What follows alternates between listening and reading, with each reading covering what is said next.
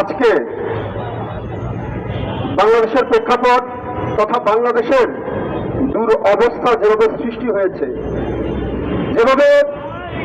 এই চারজন অবৈধ ক্ষমতাসীন সরকার গঠন করে বর্তমানে জানেন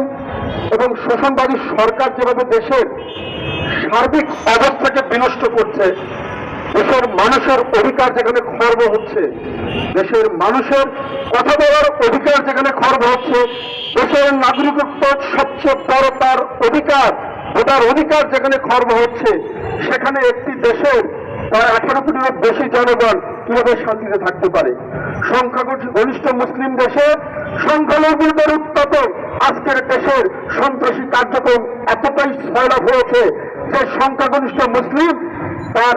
অধিকারকে ব্যক্ত করতে এখন কষ্ট হচ্ছে।